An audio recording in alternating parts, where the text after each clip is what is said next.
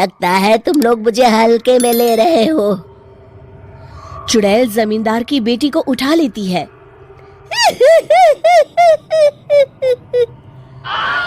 अब देखती हूँ बिना दुल्हन के तुम लोग शादी कैसे करोगे। मैं नाम के एक गांव में शादी चल रही होती है। वाह, मजा आ गया फूफा जी। शादी में क्या खाना बना है, बाराती तो उंगलियां चाटते रह जाएंगे। हाँ, तुमने सही कहा, पनीर की सब्जी का तो कोई जवाब ही नहीं। दूसरी तरफ पंडित जी फेरों की तैयारी कर रहे होते हैं कि तभी वहाँ एक चुड़ैल आ जाती है। अरे मर गया रे, ये चुड़ैल यहाँ क्या कर रही है?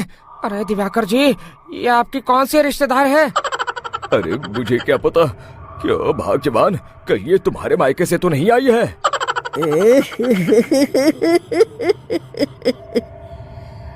तुम लोगों की इस गांव में बारात लाने की हिम्मत कैसे हुई?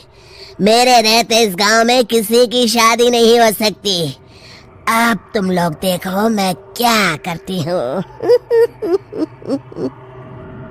अरे मर गया रे, मैंने सुना है ये जबान की पक्की है। भागो रे भागो, वरना ये चुड़ैल किसी को नहीं छोड़ेगी। हाँ, तुम सही कहते हो मोहन भाई, यहाँ से भाग लेने में ही हम सबकी भलाई है। देखते ही देखते शादी के मंडप में भगदड़ मच जाती है और चुड़ैल सब कुछ उजाड़ कर रख देती है। फिर एक दिन मोहन की शादी तय हो जाती है। अरे भाई, अगले हफ्ते मेरी शादी तय हो गई है, लेकिन इस चुड़ैल की दहशत के मारे तो मेरे हाथ पैर कांप रहे हैं।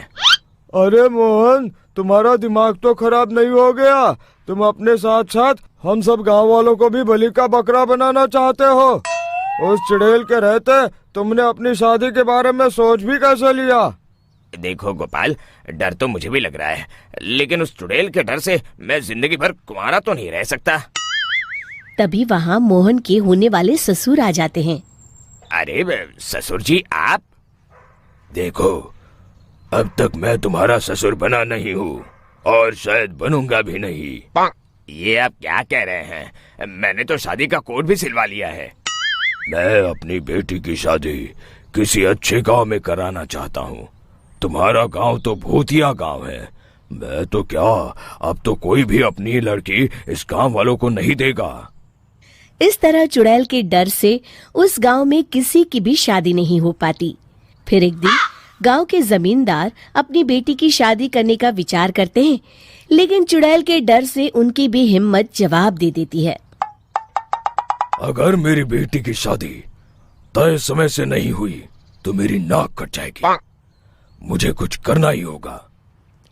एक सलाहकार के कहने पर जमींदार काशी से एक बहुत ही नामी तांत्रिक को अपने घर बुलवाते हैं, जो भूत चुड़ैल को पकड़ने में माहिर माना जाता था। जमींदार साहब, आप चिंता मत करिए। इस गांव की सीमा में प्रवेश करते ही मुझे उस चुड़ैल के बारे में सब पता चल गया था। आप उसे जल्दी से जल्दी कैद कर लीजिए ताकि मैं अपनी बेटी की शादी कर सकूं।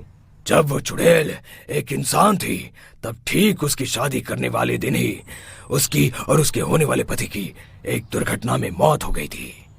उसका होने वाला पति आज भी भूत बनकर जंगल में भटकता है।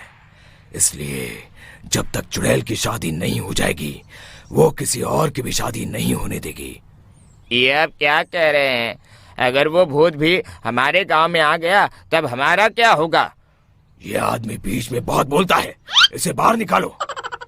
उसके बाद तांत्रिक बताते हैं कि अगर उस भूत के साथ चुड़ैल की शादी करा दी जाए तो वो चुड़ैल हमेशा हमेशा के लिए उस गांव को छोड़कर चली जाएगी। जमींदार साहब, आप अपनी बेटी की शादी की तैयारी शुरू कर दीजिए। मैं कुछ गांव वालों को अपने साथ लेकर उस भूत को ढूंढने जंगल की ओर जाता हूँ। इस तरह जमींदार निश्चित होकर अपनी बेटी की शादी करवाने लगते हैं, लेकिन तभी वहाँ चुड़ैल आ जाती है। मैंने तुम गांव वालों को समझाया था ना कि इस गांव में कभी कोई शादी नहीं करेगा। लगता है तुम लोग मुझे हल्के में ले रहे हो। चुड़ैल जमींदार की बेटी को उठा लेती है।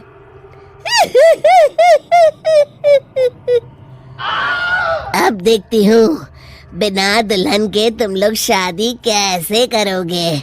मैं इसे अपने साथ ले जा रही हूँ। छोड़ मुझे, पिताजी, मुझे बचाइए। अरे कोई मेरी बेटी को बचाओ। तभी तांत्रिक उस भूत को लेकर वहां पहुंचता है। अरे भाग्यवान, रुको, इन मासूमों को परेशान मत करो, मैं आ गया हूँ, अब तुम मेरे साथ चलो। चुड़ैल बहुत खुश हो जाती है। आप आ गए, चलिए अब हम मंदिर में चलकर शादी कर लेते हैं। अरे अरे अरे अरे, ये क्या कह रही हो? मंदिर में जाके दोबारा मरना है क्या? चलो, आज से हम जंगल में रहेंगे। चुड़ैल चली गई, अब मेरी शादी हो जाएगी। इस तरह सभी गांव वाले खुशी से झूमने लगते हैं।